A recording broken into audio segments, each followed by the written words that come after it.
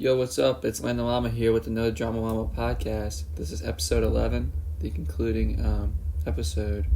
This is the final one we're going to be making for this class, and I appreciate our teacher for teaching us all this material and giving new perspective to once was, for me, kind of a topic I didn't know as much as I thought I knew about. So we're going to talk... Okay, so first we're going to talk about how, we're going to talk about the Bible and its relationship to this topic of women's rights. And so we're going to talk about how Jesus turned water into wine, and how Bache was also the god of wine. So there was a relationship there, but more importantly, the main relationship we see in the Bible was that both those stories was of the Bache and Jesus was that they were both virgin births, so they were both conceived without the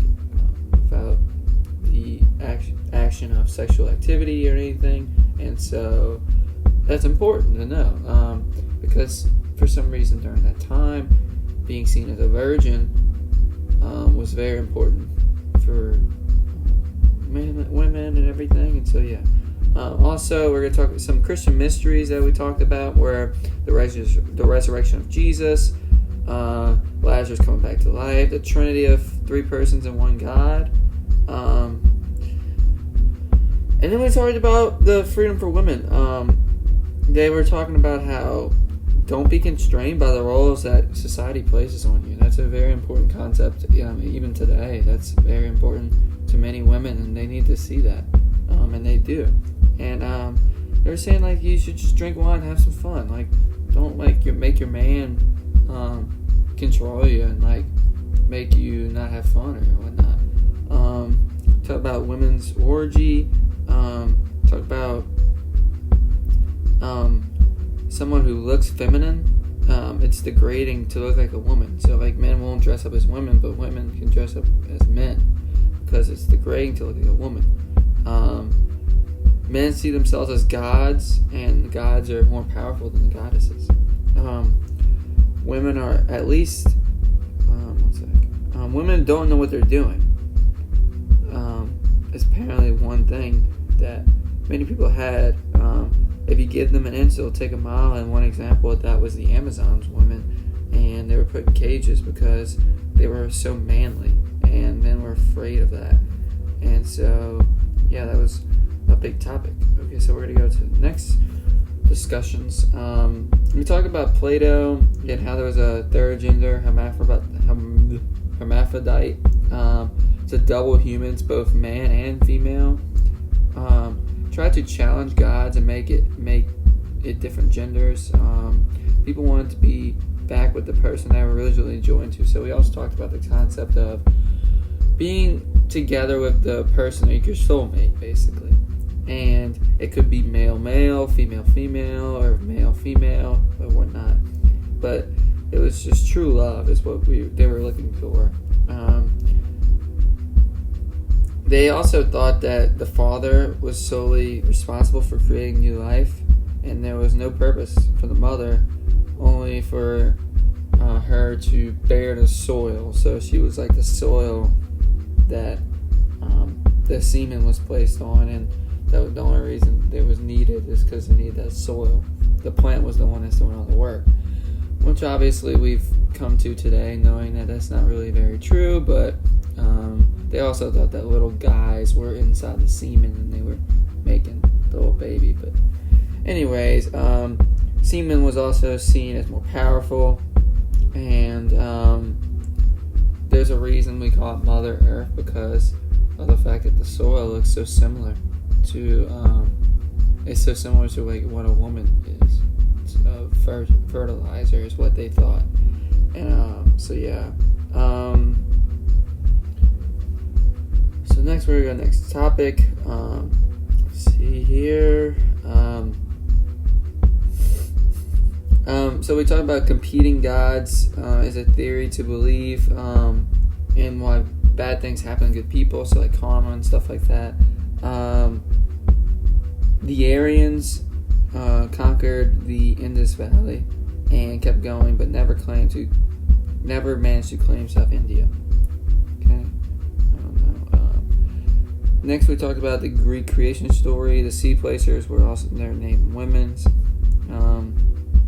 A good person in that story was referred to as a man, so none of the women were really good by any means. It was easier to join this religion because there was no true creation story, and they basically just said we don't have any idea how it happened, how creation happened. Even though all these other people wanted to try to figure out how creation happened, they was like, okay, we don't know how it works.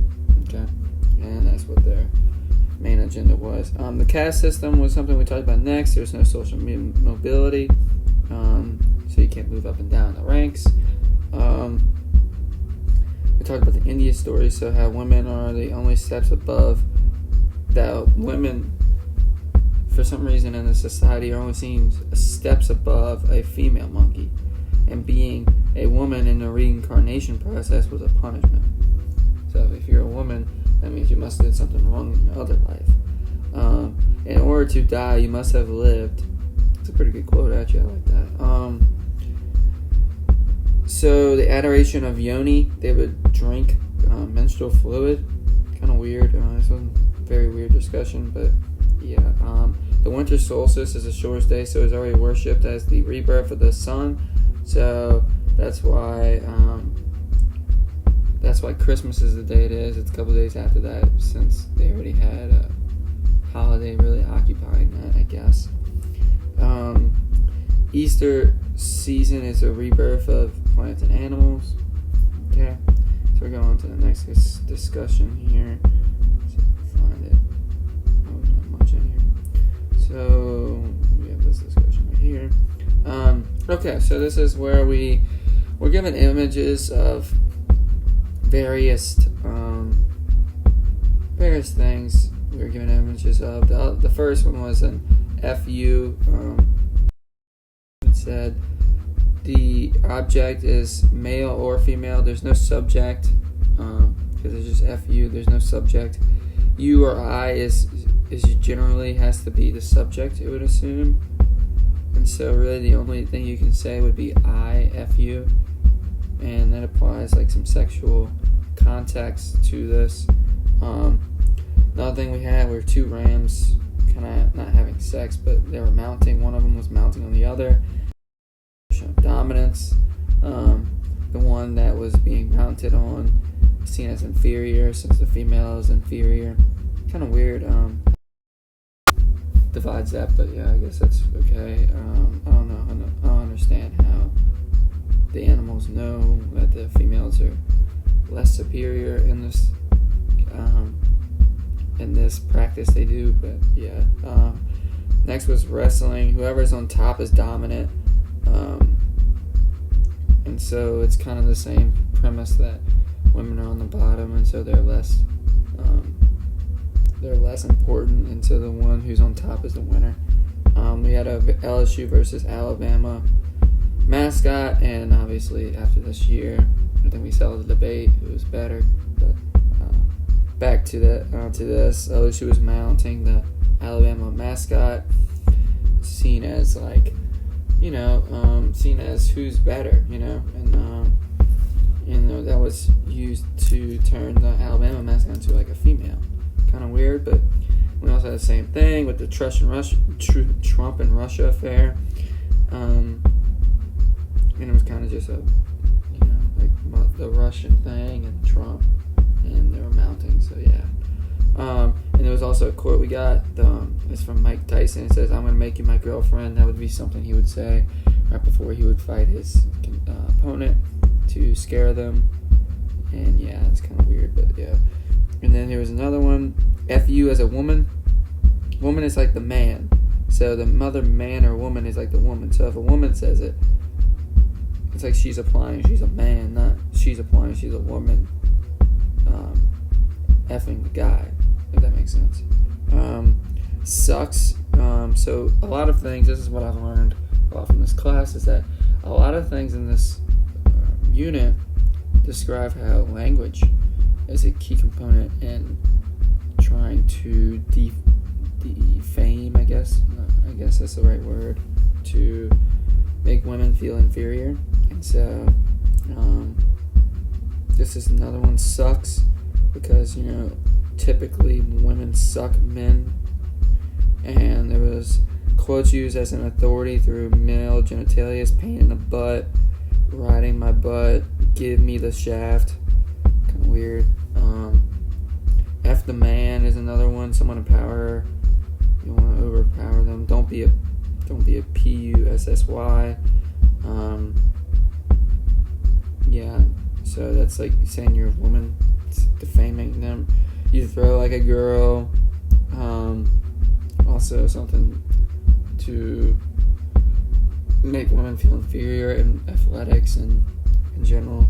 Sissy versus tomboy. So somebody seeing as a sissy is way worse of an insult than someone seen as a tomboy. Sissy's kind of like all the way out there. Tomboy's like, okay, it's fine, but yeah. The CUNT word apparently is the most offensive term in the English language according to the Urban Dictionary. Yeah, it's super offensive apparently. So yeah. Big balls.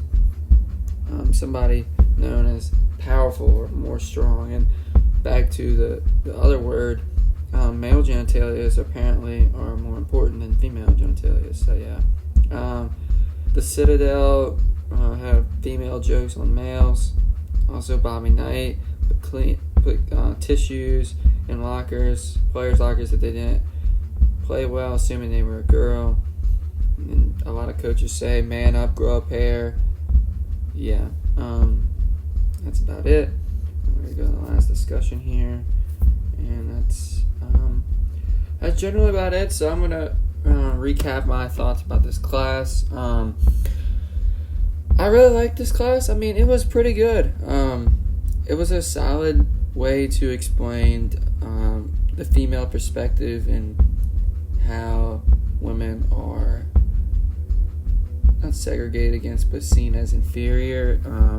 Because I come from South Mississippi, even, so it's a lot more conservative around this topic, and so we really don't usually get this other side, this more just female version of the side, I guess. I mean, kind of a lot different than what I've learned, so it's good to see that, so I can shape my opinions better on it. And I think it's just solid to be able to know that this other side exists and exactly what they believe in, and it's a nice, true, good representation. I thought the profession in this class did a very good job in presenting it, even though at times it might have gone a little bit off topic, talking about a little bit more politics, but for the most part, I thought generally the focus of the class was very well presented and talked about, and I think that's about it. This was Landry with episode 11 of the No Drama Llama podcast. Thanks for watching. Subscribe, like, and subscribe, and I'll see you next time. See ya.